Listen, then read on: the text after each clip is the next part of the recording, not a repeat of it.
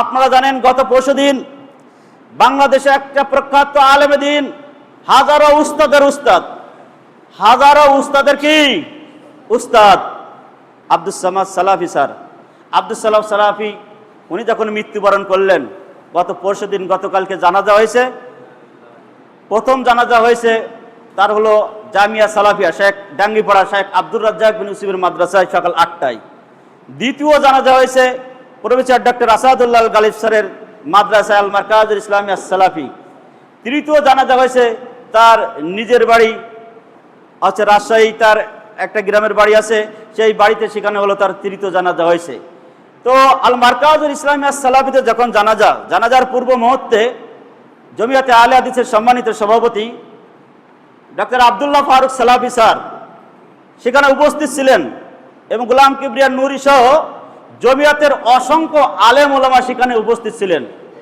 সেখানে উপস্থিত ছিলেন আহলে হাদিস আন্দোলনের আমির সহ আহলে হাদিস আন্দোলনের যুব সংঘের বড় বড় দায়িত্বশীলরা ছিলেন। সেখানে উপস্থিত ছিলেন প্রফেসর ডক্টর মোসলেউদ্দিন স্যার, উনি জানাজা পড়িয়েছেন। সেখানে উপস্থিত ছিলেন শেখ মুজাফফর বিন মুহসিন।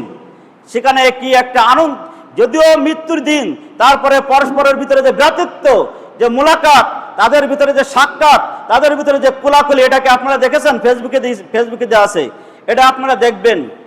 তো আমরা চাই, দোয়া করি, এরকম বৃহত্তর সাথে আমাদের সকল সহি মানদের লোক যারা আছে তাদেরকে এক জায়গায় আসতে হবে, কি ঠিক কিনা? এটা প্রয়োজন রয়েছে। এখানে এটা দেখে আমাদের খুব ভালো লাগলো। তারা দেখেন একে অপরকে কত সম্মান করে কথা বলছে, একে অপরের সাথে কোলাকুলি করছে, একে অপরের সাথে ভ্রাতৃত্ববোধ, আর যত মারামারি আর কাটাকাটি আমরা গ্রামে। সম্মানিত উপস্থিতি, এরপর আসুন বিপদ আপদে সাহায্য করা। যদি কারোর বিপদ আপদে আপনি সাহায্য করেন, আপনার ভ্রাতৃত্ববোধ সৃষ্টি হবে, আপনার ভ্রাতৃত্ববোধ সৃষ্টি হবে বিপদে আপদে যদি আপনি সাহায্য করেন। তবে হ্যাঁ, সাহায্য করে আপনি খুঁটা দিতে পারবেন না। আমি মসজিদে 10,000 টাকা দিছি, ওই পর্যন্তই শেষ। এর বাইরে যদি কথা বলেন, আপনার দান কি হবে? ওই শেষ হয়ে যাবে, এখানে কোনো সওয়াব হবে না। আপনি মসজিদে অনেক কিছু দিয়েছেন, ওই পর্যন্ত আপনার কথা শেষ। আপনি মাদ্রাসায় 20,000 টাকা দিয়েছেন, ওই পর্যন্তই আপনার শেষ। আপনি একজনের অসুস্থতায় 5,000 টাকা দিয়েছেন, আপনার দায়িত্ব এই পর্যন্ত শেষ। বলে বেড়ানোর দায়িত্ব আপনার না। বলবে, কৃতজ্ঞতা স্বীকার করবে ওই ব্যক্তি যাকে দেওয়া হয়েছে, অন্যরা বলতে পারে। কিন্তু আপনি যদি মনে করেন যে আমি টাকা দিয়েছি, আমার নামটা মাইকে বলে বেড়াক, আমি টাকা দিয়েছি, আমার নামটা সব জায়গায় থাক, আপনার ওই দান আল্লাহর দরবারে কি হবে না? কবুল হবে না। আপনার ওই সহযোগিতা আল্লাহর কাছে কবুল হবে না। বিপদে আপদে এক মুসলমান ভাই আর এক মুসলমান ভাইয়ের কাছে যাবে, তাকে সহযোগিতা করবে, এর মাধ্যমে ভ্রাতৃত্ববোধ সৃষ্টি হবে, তাই না? এই যে আমাদের অনেক ভাইরা রয়েছে আলহামদুলিল্লাহ, যারা ইসলামের পথে দাওয়াতি কাজ করেন। অনেকে আছে যারা দাওয়াতি কাজ করেন, কোনো ভাই বিপদে বললে তাদের পরিবারের কাছে এগিয়ে যান। এটা আলহামদুলিল্লাহ, এটা ভালো, এটা খুবই ভালো, অবশ্যই। এরপরে 6 নম্বর, ভ্রাতৃত্ববোধ সৃষ্টি হবে অন্য ভাইকে খাদ্য খাওয়ালে। অন্য ভাইকে কি করলে? খাদ্য খাওয়ালে। সহিহ বুখারী, মুসলিম, মিশকাত 4629, এটা আমাদের মাদ্রাসায় পড়ানো হচ্ছে। এক ব্যক্তি সালা রজুলান, এক ব্যক্তি আল্লাহর রসুলের কাছে জিজ্ঞাসা করলেন, আইগুল ইসলামও খায়রু, আল্লাহ রসুল, ইসলামের ভিতরে সর্বোত্তম কাজ কোনটি? খেয়াল করে শুনবেন। আল্লাহ রসুলের কাছে জিজ্ঞাসা করেন, আল্লাহ রসুল, ইসলামের ভিতরে সর্বোত্তম কাজ কোনটি? আল্লাহ রসুল বললেন, ক্বালা তুতঈমুত তাআমা ওয়া তুকরিউস সালাম আলা মান আরাফতা ওয়া মান লাম তারিফ। আল্লাহ রসুল বললেন, সর্বোত্তম কাজ হলো অপরকে খাদ্য খাওয়ানো। অপরকে কি খাওয়ানো? খাদ্য খাওয়ানো। এখানে আমার কথাটাকে ভালোভাবে চেষ্টা করবেন। এখন আপনি কি খাওয়ালে ভালো হবে? আপনার সাথে সম্পর্ক, আপনি ব্যঞ্জন কিনে দিলেন, কি হবে? এতে সওয়াব হবে নাকি? আপনার সাথে সম্পর্ক, জর্দা দিয়ে ভালো করে একটা পান তৈরি করে দিলেন, এতে কি সম্পর্ক ভালো হবে? এই ভ্রাতৃত্ব সৃষ্টি হবে না। আপনার সাথে সম্পর্ক, যে বন্ধু চলো যাই আমরা মদ খাই, এটা কি কাজ হবে? চলো যাই একসাথে ট্রেনের লাইনে বসে গাঁজা খাই, কাজ হবে?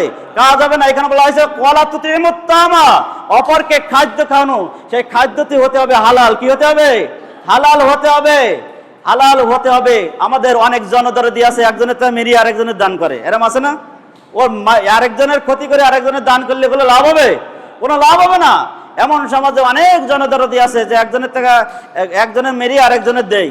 এটা তো ঈশ্বর শেখদারের আচরণ। এই আচরণ করা যাবে না, এসব থেকে বিরত থাকতে হবে। যে কথা বলছিলাম, অপারকে খাদ্য খাওয়াবেন, এটাই হলো উত্তম কাজ আপনার জন্য।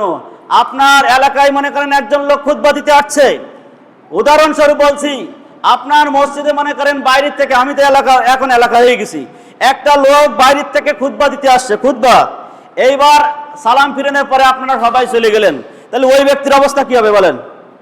ওই ব্যক্তির খোঁজ নেওয়ার দায়িত্ব কাদের? ওই নপাড়াতে যে আসছে ওর কাছে কেউ জিজ্ঞাসা করবে না। ওই বেজের ডাঙ্গা থেকে যে আসছে ও কিন্তু দায়ী নয়। ওই ফুলতলাতে যে আসছে সে কিন্তু দায়ী নয়। সে কি দায়ী? এই সমাজের লোক, এই এলাকার লোক, এই গ্রামের লোক, এই পাড়ার লোক, এই মহল্লার লোক যদি তার খোঁজ না নেয় তাহলে কিন্তু সে অবশ্যই দায়ী থাকবে। এটা হলো আপনাদের নীতি এবং নৈতিক দায়িত্ব এবং কর্তব্য। বাইরে থেকে কোনো লোক আসলে তার কি করতে হবে? তার খোঁজ খবর নিতে হবে, তার ঠিকানা নেবেন, তাকে ভালো মন্দ জিজ্ঞেস করবেন। আপনার সাথে তার সাথে একটা কি সৃষ্টি হবে?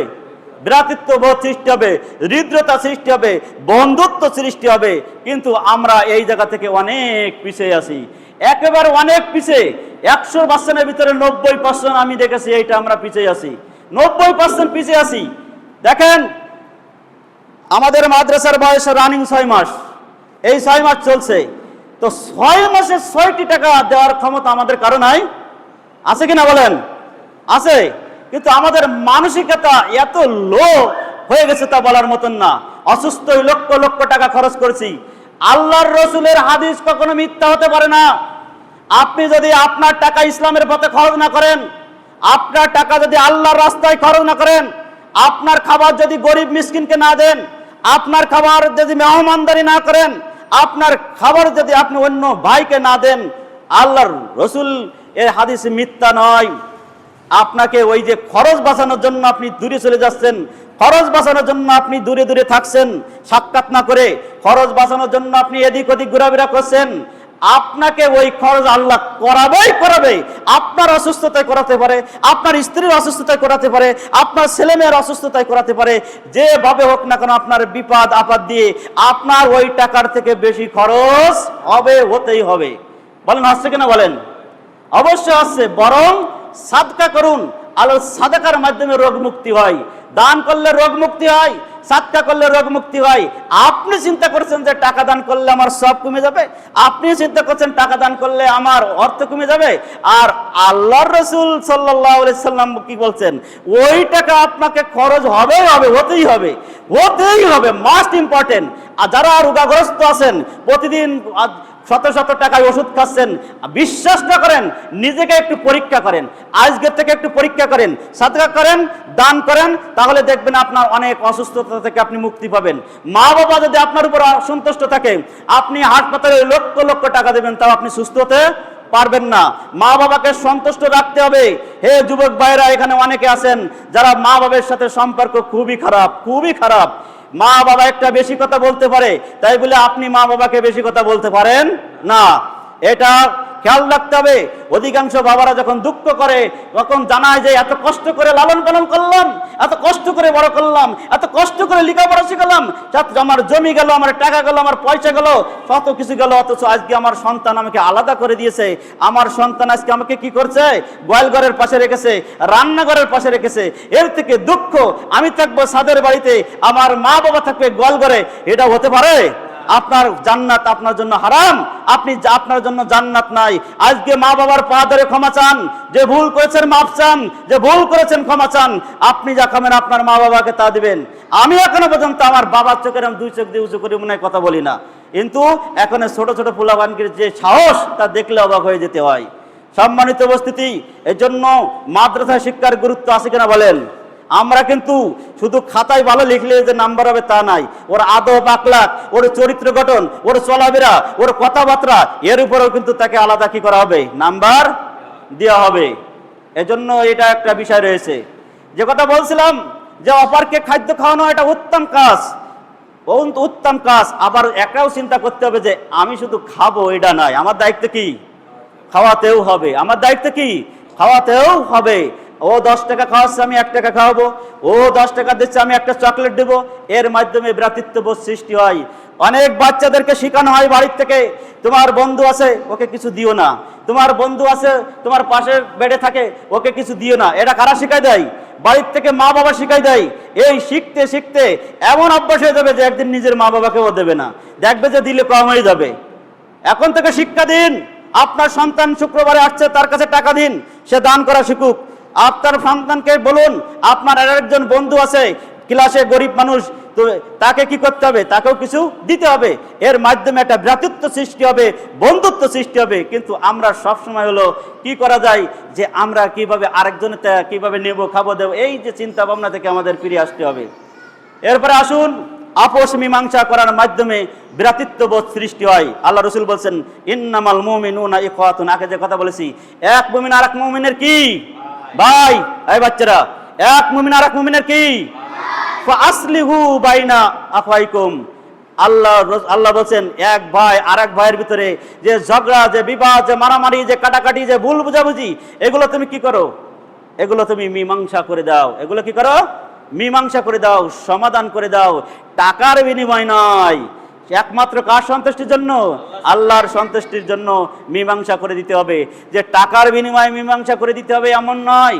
বাংলাদেশে তো 90% সালিশটা এরকমই হয়, টাকার বিনিময় মীমাংসা হয়ে যায়। একজনের জমি আরেকজনের পাওয়া দিচ্ছে, একজনের ঘর আরেকজনের পাওয়া দিচ্ছে, একজনের সম্পদ আরেকজনের সম্পদ পাওয়া দিচ্ছে। এইভাবে সালিশ বিচার চলছে।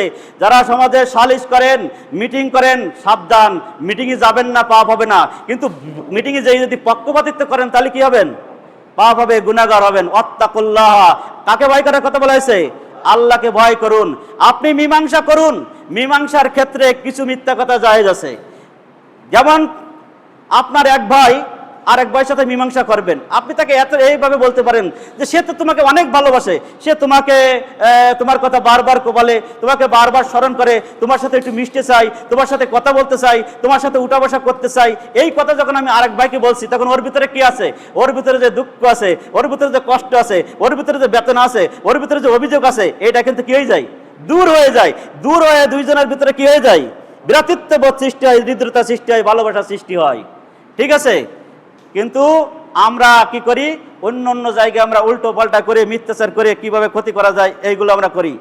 বড়দের সম্মান করা, ছোটদের স্নেহ করা, এর মাধ্যমে ভালোবাসা সৃষ্টি হয়। বড়রাও শুনে রাখুন, ছোটরাও শুনে রাখুন, সবাইকে জানার দরকার আছে। এই কথাটা বড়রাও শুনে রাখুন, ছোটরাও শুনে রাখুন। এটা কিন্তু গুরুত্বপূর্ণ কথা। এবার আর ঘুম পড়লে হবে না। আল আদাবুল মুফরাদ 356 নম্বর হাদিস, আল্লাহ রসুল বলছেন, মাল্লাম ইয়ারহাম সাগি রানা। ভাই ছাত্ররা জানে কিন্তু, ওয়াইউজিল্লু কাবিরানা ফালাইসা মিন্না। আল্লাহ রসুল বলছেন, যে ব্যক্তি বড়দের সম্মান করে না, বড়দের কি করে না, আর ছোটদের কি করে না, স্নেহ করে না। বড়রাও শুনুন, ছোটরাও শুনুন, যে ব্যক্তি বড়দের সম্মান, ছোটদের স্নেহ, আল্লাহ রসুল বলছেন সে আমার উম্মতের অন্তর্ভুক্ত না। সে আমার কি না? অন্তর্ভুক্ত না।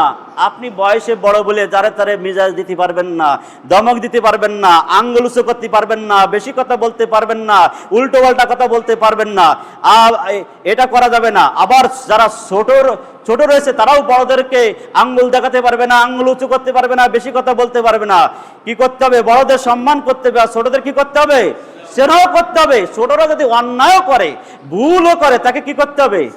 তাকে স্নেহ করে তাকে আলাদাভাবে তাকে বলার চেষ্টা করতে হবে। আপনাকে এটা বুঝতে হবে, এটা বড়দেরকে বুঝতে হবে, ছোটদেরকে বুঝতে হবে।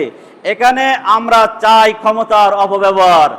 যার যে জায়গা থেকে আমরা ক্ষমতার অপব্যবহার করি, সেটা হলো রাজনৈতিক দিক দিয়ে হোক, প্রতিষ্ঠানিক দিক দিয়ে হোক, মসজিদ কেন্দ্রিক হোক, যে কোনো কেন্দ্রিক। আমরা দেখি অনেক মসজিদের ইমামদেরকে আঙ্গুল উঁচু করে কথা বলে। মসজিদ কমিটি বলে আমি যা বলেছি তাই করতে হবে। ইমাম মানে কি? ইমাম মানে কি বলেন দিন?